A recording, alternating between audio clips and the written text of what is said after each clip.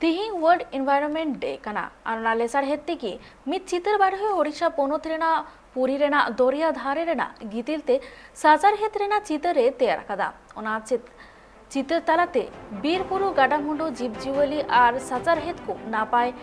दोहो आर नौकान चितर तालाते जतो हरे बुझावेत को चेदा से जहां साचार हेत बड़ीजो कना दारायकान दिन रे अडी एटकेटोरे हुआ कोरोना लेकान हालत रे जहां तिने बड़ियाकान साचार हेत खतिते अडिकान हर को एटकेटोरे को झली लेन तहकना आर दारायकान दिन रे नौकाना घटनालु घटामा ओना लेगिते साचार हेत बांचा तो एकाल की जरूरना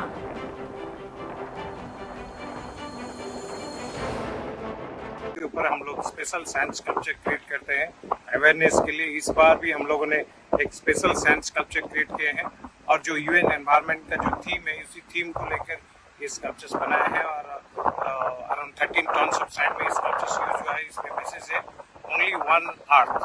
हम सब लोग को पता है प्लेनेट एक ही है, अर्थ एक है, उसको सेव करना हम सबका कर्तव्य है। मैं सबको ये अपील करता हूँ हम लोग